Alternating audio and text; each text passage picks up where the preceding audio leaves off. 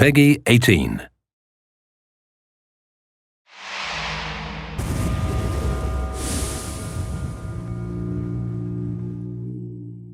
Oh, check these 4 puddles. Oh no. Oh.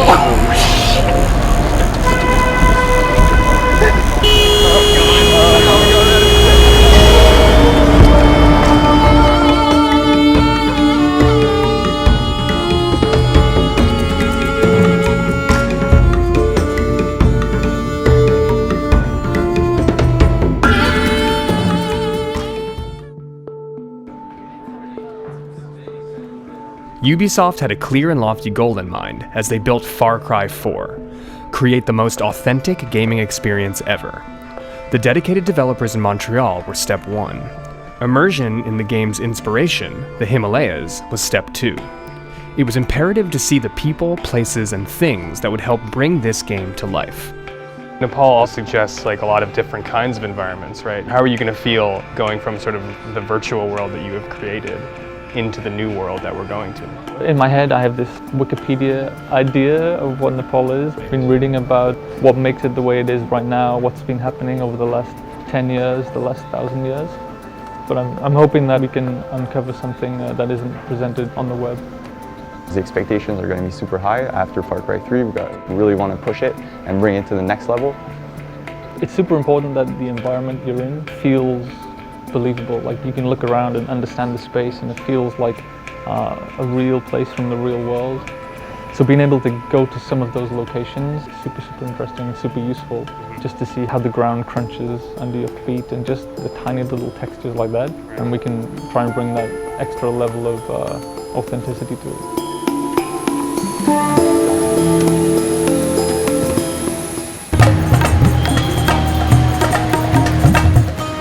Arriving in Kathmandu was intense. The end of the Nepali Civil War meant a mass migration into the city, and with it came mass pollution, overpopulation, and the sense that an ancient city wasn't ready for modernity to be thrust upon it.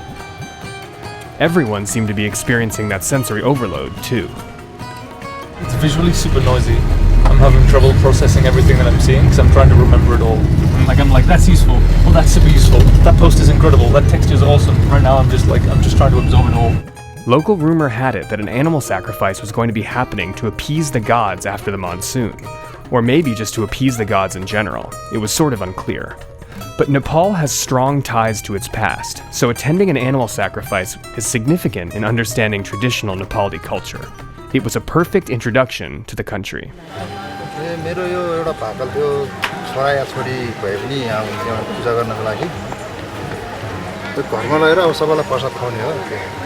So we've made it to Dakshina Kali Temple, where the goddess Kali asks for blood sacrifice from her devotees. That face is the face only a Kali could love.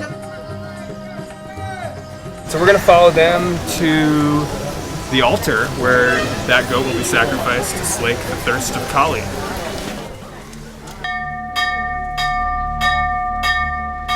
It was certainly a normal cultural moment, but for a second, everything got pretty quiet.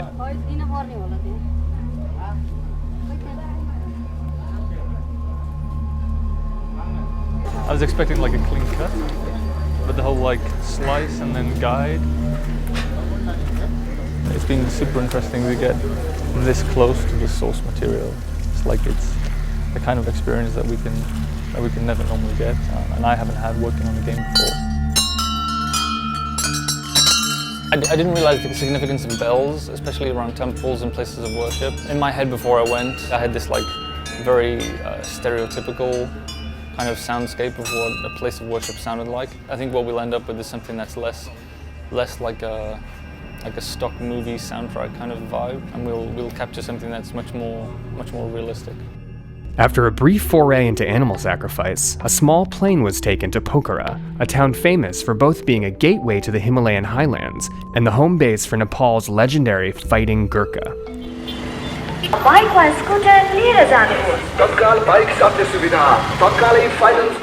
The legend of the Gurkha inspired the warriors created in the game.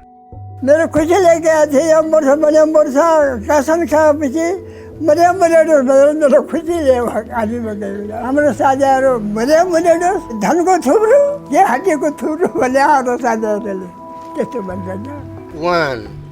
The young Gurkhas in training gave a sense of what the challenges and motivations were to join one of the world's most elite fighting forces.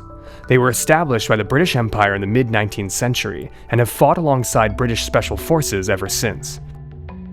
It's often said, if a man says he's not afraid of dying, he's either lying or is a Gurkha. Mark and Phil, you guys studied Gurkhas a lot as you were developing the game, right? Yeah.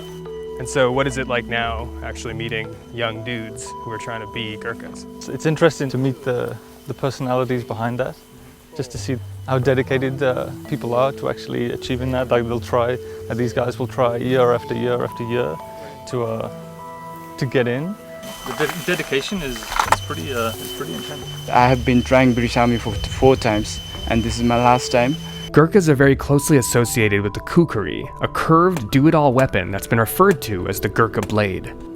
कुकुरी चल्छ नि हामीसँग खानु भएपछि के गर्ने ठान्दैन भने कुकुरी तान्यो खेल्यो हान्ने त्यसले गोर्खा बाजेले भनेर पहिले गर्नु।